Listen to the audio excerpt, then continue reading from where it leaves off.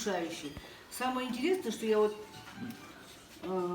как бы вам сказать, мне и неудобно говорить, я вот настолько это было недержание мочи, это что-то было, потому что, ну, невозможно было даже куда-то выходить. Я все время шла с опаской. И самое интересное, когда, конечно, кашляешь, да, и вот такое впечатление, что таңдайым бір-біріне жабысып қалғандай.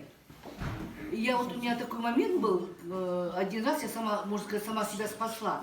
Это чисто интуитивно сработало. Кашель, и вот он такой сухой, и у меня воздух и не туда, и не оттуда.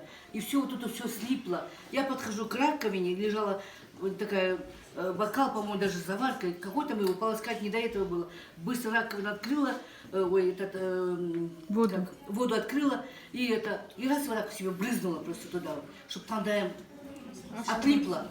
Оно отлипло, правда. Потом я стала понимать, у меня такое часто стало быть, такое часто было.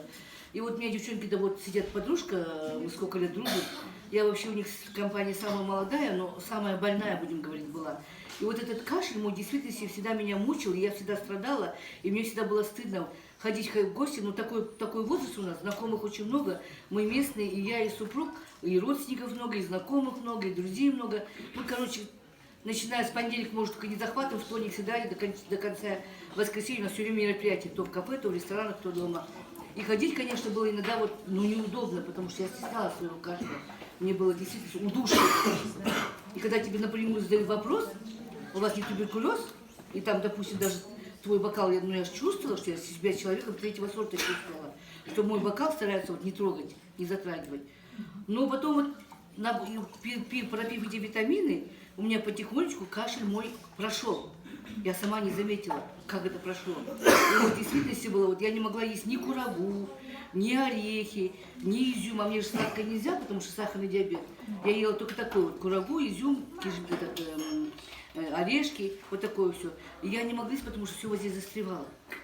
Ни яблоко не могла есть, потому что ну, вот эта кожура, все оставалось, и меня опять и не туда, и не сюда, и рвотный рефлекс появляется, и дышать не можешь, и проглотить его не можешь. И вот потихонечку, пропив вот эти витамины, у меня вот этот кашель прошел. Поэтому, конечно, я же говорю, я не повторяю все время, если бы это было с кем-то с другим, ой, человек там врет, обманывает, там, допустим, хочет, я просто пришла в эту компанию, там, а действительно это был случай со мной. Поэтому хотите